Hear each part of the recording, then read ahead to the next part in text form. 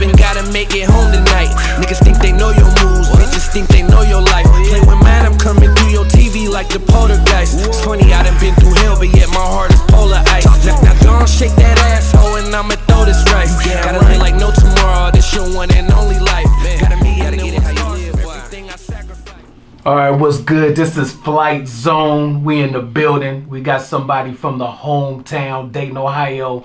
In here, Sleeko got bars. What's good, family? SGB, Sleeko got bars, Sleeko got bangers, Sleeko got bands, Sleeko got body flow. We just came with that. That's the new one, Sleeko got body flow. Whatever y'all want to call me, man. Hey, I appreciate you for having me, G. Absolutely. I gotta say out the gate, we from the same hometown, and there's certain artists in the city that, from a skill standpoint, have shown and proved, to deserve the medal to be like a real lyricist. Absolutely. You know what I'm saying, and kind of lead the culture forward.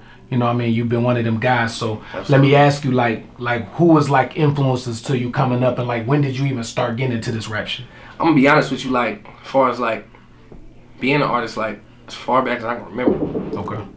Like I was literally 7, 8, 9 years old, writing rhymes without realizing what I was doing. You know what I'm saying? I was just a crazy hip hop fan. Like I'm talking about like the Hard Knock Life era. Yeah. You know what I'm saying? And then coming into like Eminem and the Saint Lunatics era, I'm from the Midwest, obviously, right. Dayton, Ohio. Absolutely. And then coming into that era.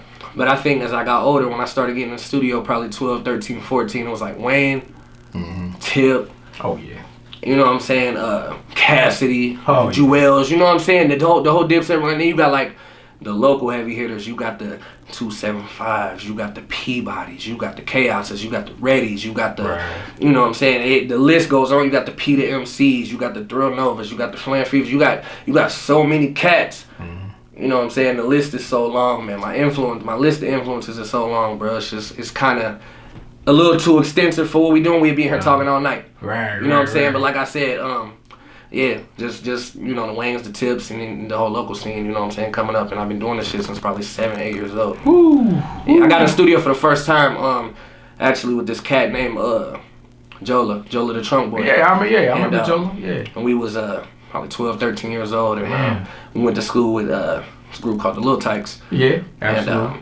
And the Tykes had plugged us in, in the Christmas bash 2005 at the Dayton Convention Center, and I think that same year, I got in the studio for the first time at DJ Swift Studio, Boppin' Productions. Shout out DJ Swift. Swift, OG, you know what I'm saying? Facts. And that first time is when I realized I knew how to count bars, because he had me down the studio, and me and Jola had did the song to the sample, You Are Everything. Oh, yeah, that Mary J. But we couldn't sing, so they did the hook just to give us a hook. And I realized from that moment, like, he's like, give me a 16, y'all need 16 bars. And I'm knowing it's a 16 without really knowing how to count bars. Right. You know what I'm saying? So we had did that song, we had knocked that song out, and from there on, it was a wrap, you know what I'm saying? I ended up linking with other cats later down the road, and long list of legends, man. You know what I'm saying? They know how to stand up. And shout out to the OGs in the industry, man. We've been doing this shit. Absolutely. I've been following your movement, man. I've been following you for a while. One thing too, though, is appreciate. I want to know what made you do this, because I went through the same type of thing. The way that hip hop has evolved, and to the point of where sometimes it ain't even considered hip hop no more. It's more like of a hip hop, more of hip-hop, with the singing and melodic is melodic, and it's dope when you can still do it, because I've heard joints that you got like that, but you can still hear the skill level. What kept you from going all the way that way when you kind of know that people love that for the radio, but you from the roots of the hip hop shit? Man, what's crazy? Like, it was always natural for me. Like I've seen so many artists like over the years have a hard time adjusting to where the game's going. Facts. For me, it was kind of like I'm a fan of many different genres, like alternative rock. Okay. Obviously R&B. There's a long list of jazz, blues. I had a grandfather that played saxophone. My father was lead singer in a glam rock band that was called Scarecrow. My mother was actually lead singer in a punk rock band. Damn. And this is in the 80s, so punk rock and glam rock, they didn't really so my mom and my dad was kind of like a secret. It's a long, that's another story, but damn. It was kind of, I was always into melody. You know what I'm saying? So as the game's adjusted, I just, like I said, I ironically came up in an era where it was about lyrics. It was Jay, Wayne, Tip, Nas, you know what I'm saying, Dipset, you know what I'm saying, them cats. So it was kind of easy for me to adapt because I was already into all this shit before it even started popping. You know what I'm saying? So, you know, I done seen so many cats who were kind of like dope, but still like shallow-minded as far as what they were willing to listen to, what they were willing to take in as far as musically. And for me, it was easy because shit, my dad was a rock star, my mom was a rock star, you know what I'm saying? So, for me, it was kind of easy. You know what I'm saying? And those are some of my favorite records, man. You know what I'm saying? The records where I got a little bit of melody to my flow. Them some of my favorite joints. Oh, okay, cool. So, you came up. I remember when you came up. You know, start coming through the studio at Mo's and all of that kind of stuff. You was with Superstar O. Yeah. And what's you guys' relationship? That's my family, man. I love him to death. Okay. Big shout out to him, man. You know what I'm saying? This is somebody who come from nothing. You know what I'm saying? This is somebody that's from the dirt, man. And we kind of just, like I said, it's my family. We came up and we had the same love for the game.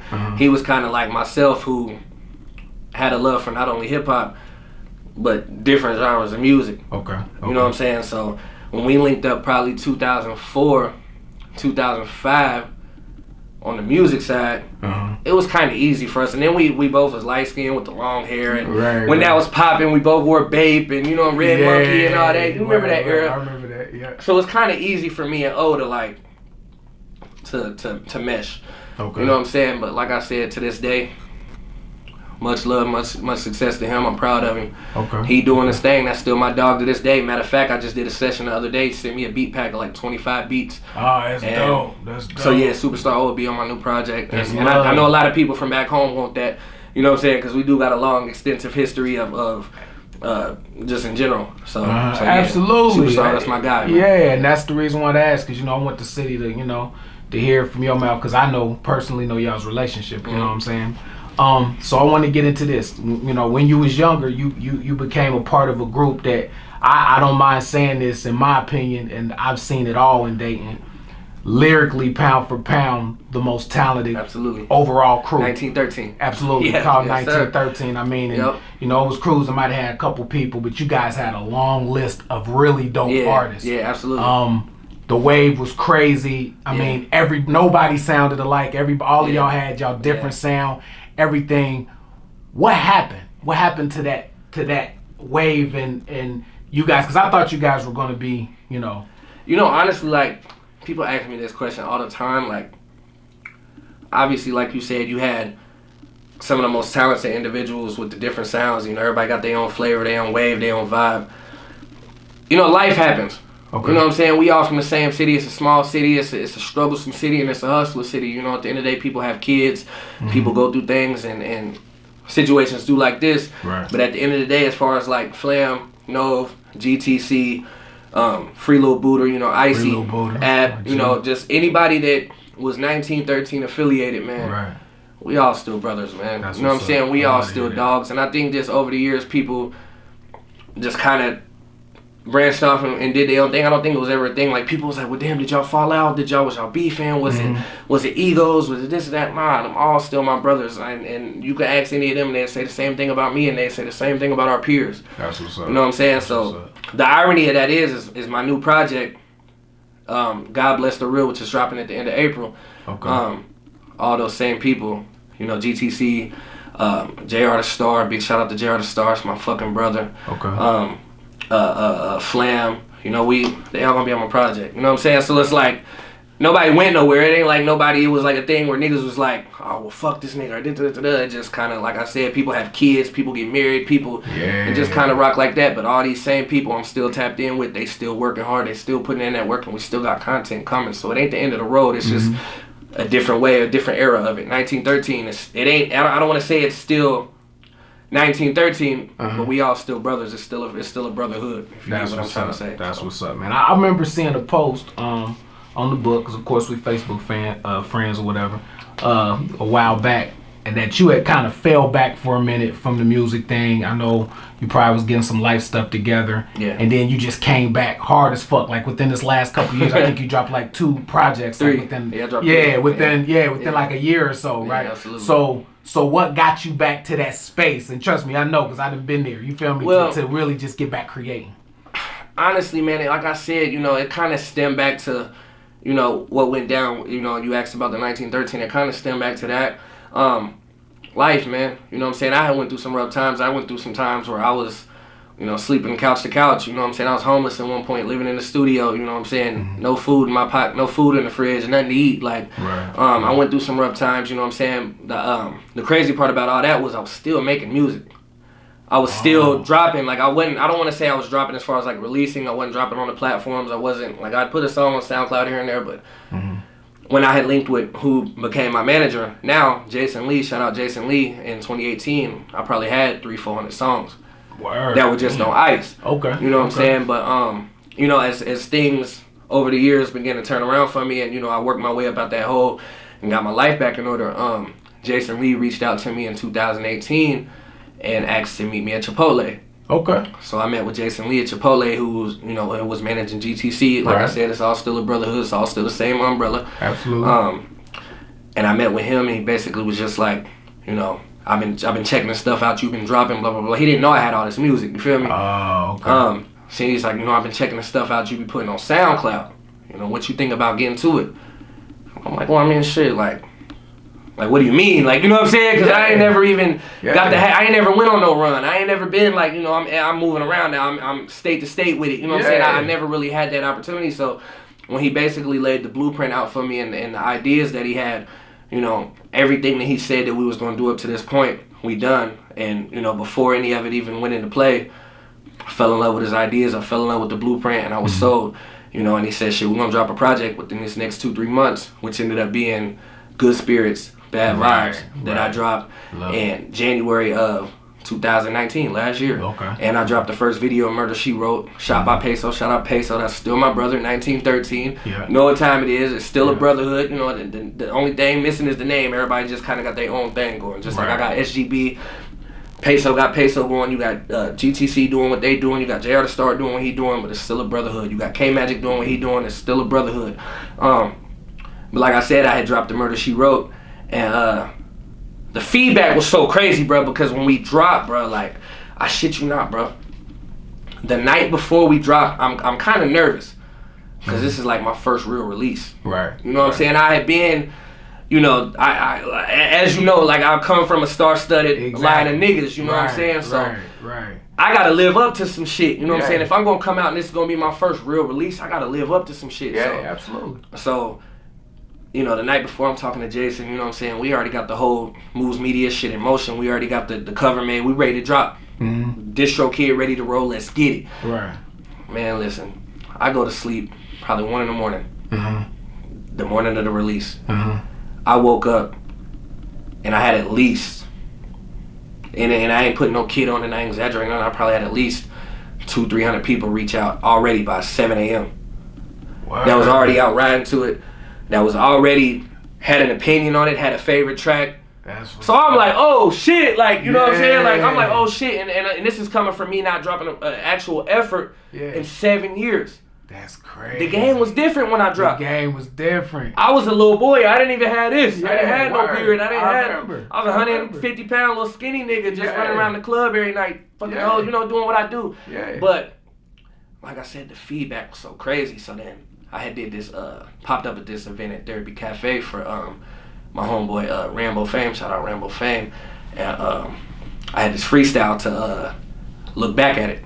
Okay. Look back at it freestyle. Absolutely. And, word. So I'm drunk. I come home. I send it to Jay Lee. It's 2-3 in the morning. He called me like, all right, so I just got the freestyle. That shit fire. How you want me to post it? Shit, we're gonna drop it on the book. So we get off the phone, right? I call him back. Man, call these rap niggas out, bro. Yeah. Call these rap niggas out. Right. They got me fucked up. I'm SGB. I'm SleekoGotBars. Right. Y'all niggas gonna rap. I'm gonna make y'all niggas rap. Right. You get what I'm saying? Right. So we drop it. Shit went crazy. I brought the legends out. I brought you. You came out and went crazy on that motherfucker. Appreciate I brought the motherfucking Peabodys out. I brought the Machetes out.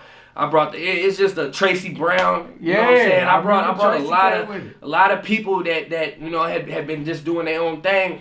Came out like, yeah, this little nigga guy, whoever he is, he got me fucked up. Absolutely. He's sitting there calling all these dating rappers out. Yeah. And you know what I'm saying? That kind of had a little baby run for about a week or two, you know what I'm saying? Then I did a second one to the Scuba Ruffin, shout out Sada Baby, the whole Detroit movement. And that was just kind of part of my comeback, bro. And then we dropped Unlimited Vibes summer of last year. And that shit went crazy. And the lead single from that, Poltergeist, still going crazy. I still perform that at every show, and they love it, bro. So we here now. I'm in the A, rocking with y'all. Period. So let me ask you this.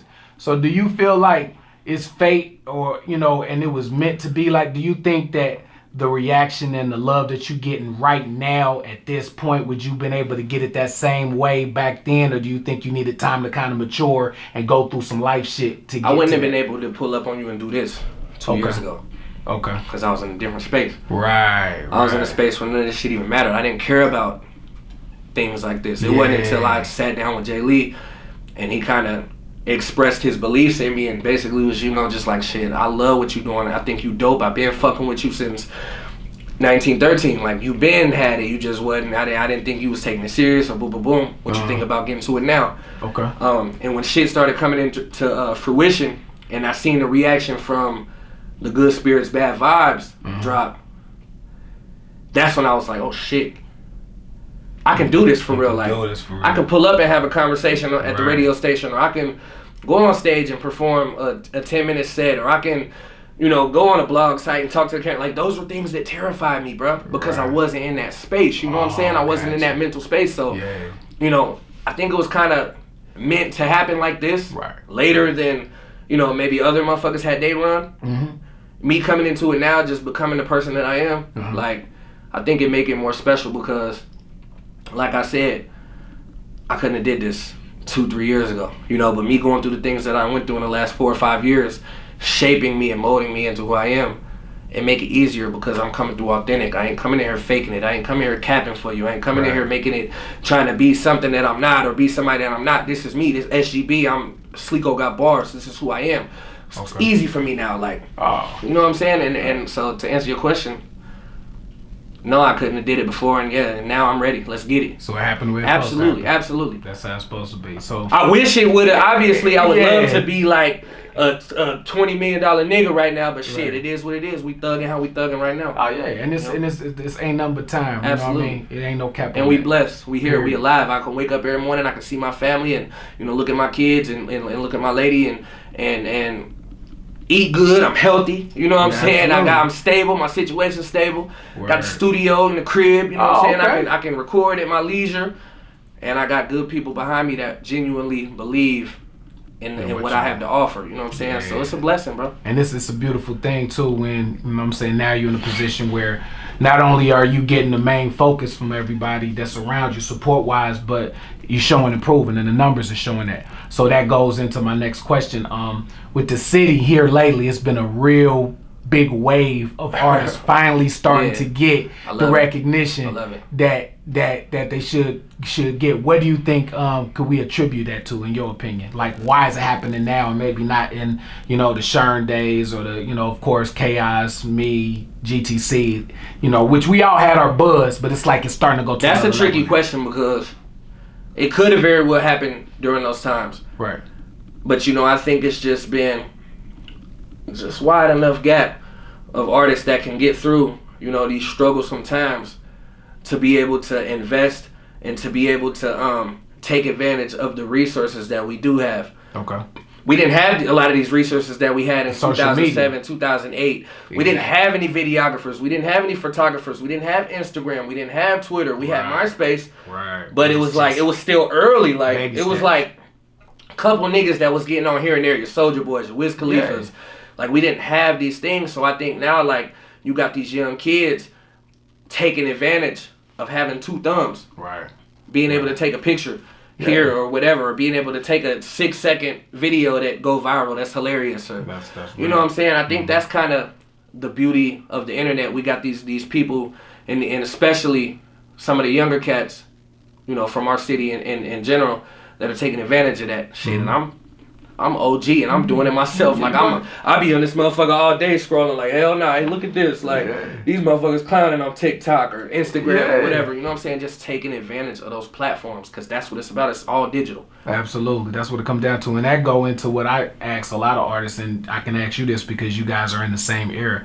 I think part of that, and people really don't realize how much of a pioneer Soulja Boy was.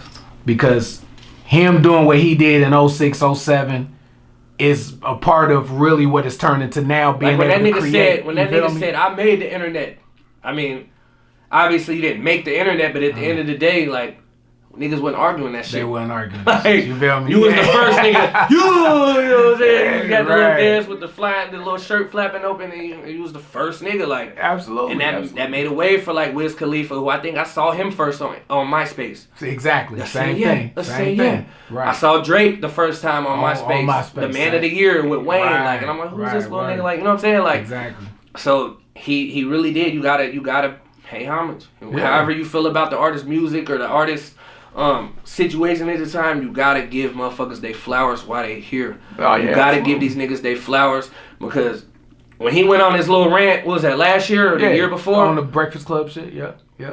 I was all for it. Yeah. Like, shit, if they ain't gonna give you your flowers, take them. Yeah, you got to. You know what I'm saying? That's And that's how I'm gonna be at the end of the day. Like shit, when I get to the point to where I feel like I can say that, like, yeah, I did this, I did that. Mm-hmm. I'm gonna demand my respect because I worked for it. Yeah, absolutely. You know what I'm saying? I put in the work for it. I earned that. Absolutely. So, like I said, I think that just it's kind of a deeper subject, but give niggas they flowers while they still can get them. Because you got so many legendary niggas dropping off so young. That's real. You got so many legendary artists dropping off so young. Yeah. Give them they flowers right now. Yeah. Me and you had a conversation before this shit started. And I told you everything you that you done did, and I love you a legend to me. Yeah, I appreciate it. You know what I'm saying? You a legend in my eyes. It's me giving you your flowers now. Yeah, word. And I You know what wish I'm saying? if we did that more, I think that would help just in general with the whole community, the whole hip hop community, especially in our city, because I think there's been a separation, and that's another thing.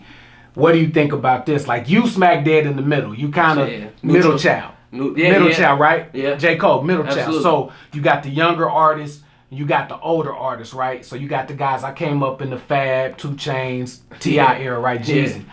Then you got the people that's now in like the Lil Uzi Vert era, right? Absolutely. And then it's y'all in the middle. What are things that we could do to bridge this gap? Because the guys down there that's 20 ain't fucking with the niggas that's up, you know, in my era, and then it's vice versa. But you guys are in the middle. Motherfuckers gotta stop pointing the finger. You got these older cats, you know, the 33 to 38. Right. You know what I'm saying, who already did their thing. They in different ventures now because they had their runs, and then you got these cats that's 18 to 23. At some point, it's got to be a level of respect in the middle. And like you said, that's where I come from, because I know all these little niggas out here doing this, especially from the city. I know all these little young cats. Right. And they don't respect the older niggas. Then the older niggas is not rocking with the shit the young niggas is doing. But it's like, at some point, you niggas got to realize that without these cats, I don't exist. Y'all don't exist. But without y'all, we ain't evolved. That's real. You know what I'm saying? Go both ways. So I think it's just somehow it's got to get to a point where we find a medium to where it's like, okay, y'all the OGs, y'all done did this, much love, much respect, but check this out, this what we doing now. And the OGs like, oh yeah, what y'all doing now? Okay, I'm rocking with that, I'm behind that. So the OGs got to stop being bitter, and the young niggas got to pay some homage. Yeah, that's what it comes down to. That's and I just think what it boiled down that's to. what helps you, is because since you in the middle, you get it from both sides. You feel me? So it makes it a little easier for you. I ain't never been like the type of nigga that was like, had a hard time accepting that it was niggas doing what they was doing before me. Right. Cause I got to sit back and watch Word. 275 and NY Who, Right. Diamond Cut, DBM. Absolutely. I got to sit back and watch all that. Yeah. And these was niggas I looked up to. Y'all was niggas I looked up to Word. and still Word. do. Absolutely. That's giving niggas they flowers. It all just boils back down to that. Yeah, that's all it is. You know what I'm saying? And that stemmed from the older niggas to the young niggas too. Give these little niggas they flowers. Tell these little, inspire these little niggas. Like, hey, I love what you doing. I wish you would move like this a little more, because this is a little reckless. You know, this just happened to such and such. Maybe you can learn from that. How can I help? Word. What can I do to? It's just got to be a medium. It's got to be somebody who bring that medium together to where it's like I said, respect what the OGs is doing. this is the new wave. Right. It's just that simple. Give niggas they flowers while they here and pay homage. That's it. So what you got coming up, man? What you say the album that's coming up? God Bless the Real. God Bless the Real. So 14 tracks. 14 tracks. It's gonna be bananas. Okay. You know what I'm saying? A lot of local talent on there as far as production. Okay. No cap in the music. It's all solid. It's all very, very, very personal. Uh-huh. I do got a few records that are like, I don't even want to say me stepping out of my element, but I do got a few records that are like, you're gonna be like, I can hear that in the skating rink, or nigga, this motherfucker should be on the radio right now. Word. I'm shooting a video to my first single tomorrow. It's called I Believe I Can Fly. Okay. No relation to the R. Kelly. It's the same title. Yeah.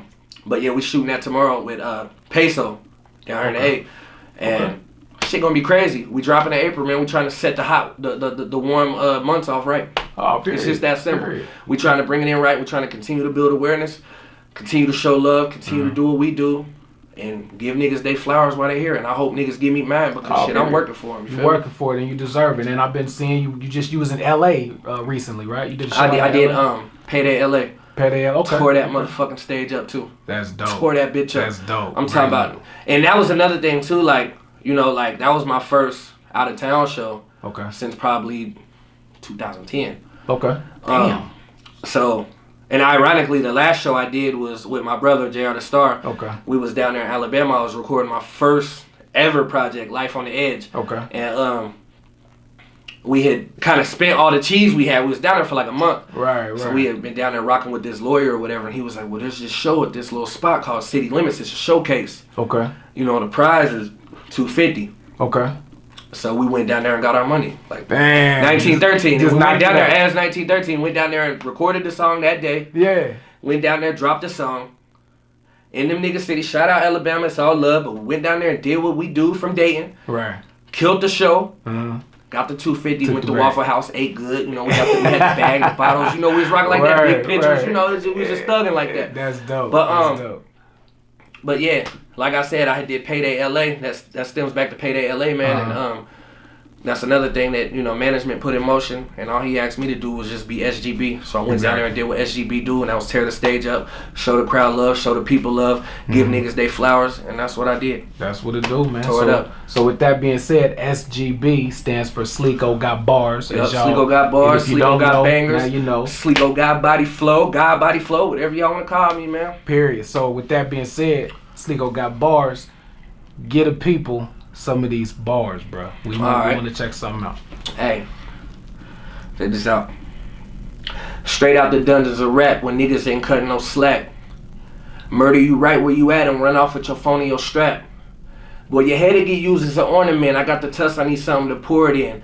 Hit the booth and I turn into Morpheus. I'ma blow up, the Oracle told me this. How the fuck can y'all blame me for being me? Why you talking about respect, you don't keep a G? When it come down to beef, better flee the scene. For my little niggas put you on TMZ. My little shooters gon' ride like the BMV. Run up on you and get you at P&G. If it wasn't for rap, I'd be asleep.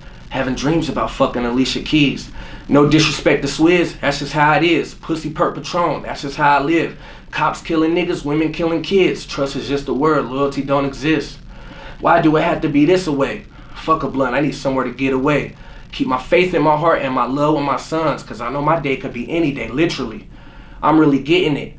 On the island like Gilligan, pray for deliverance. All my soldiers is militant. All we fuck with is fishermen, reel them in. One time for my OG. Y'all wanna know what he told me? Keep my eyes on the road while I'm stacking paper. Welcome to the life of a gladiator. Got bars, nigga, yeah. Period. This why I fuck with my nigga right here. You hear me? Flight Zone in the building. Absolutely. Sleeko got bars in the building. Bars and beyond. Moving media. Give niggas they flowers while they here, man. Period, man. Yep. I appreciate you stopping by the station to rock with us, man. Absolutely, I appreciate you for having me. You always welcome. Yes, sir. And do your thing. You know, we're going to be supporting you the whole way. Absolutely. You feel me? Straight up. Keep my eyes open, gotta make it home tonight. Niggas think they know your moves, bitches think they know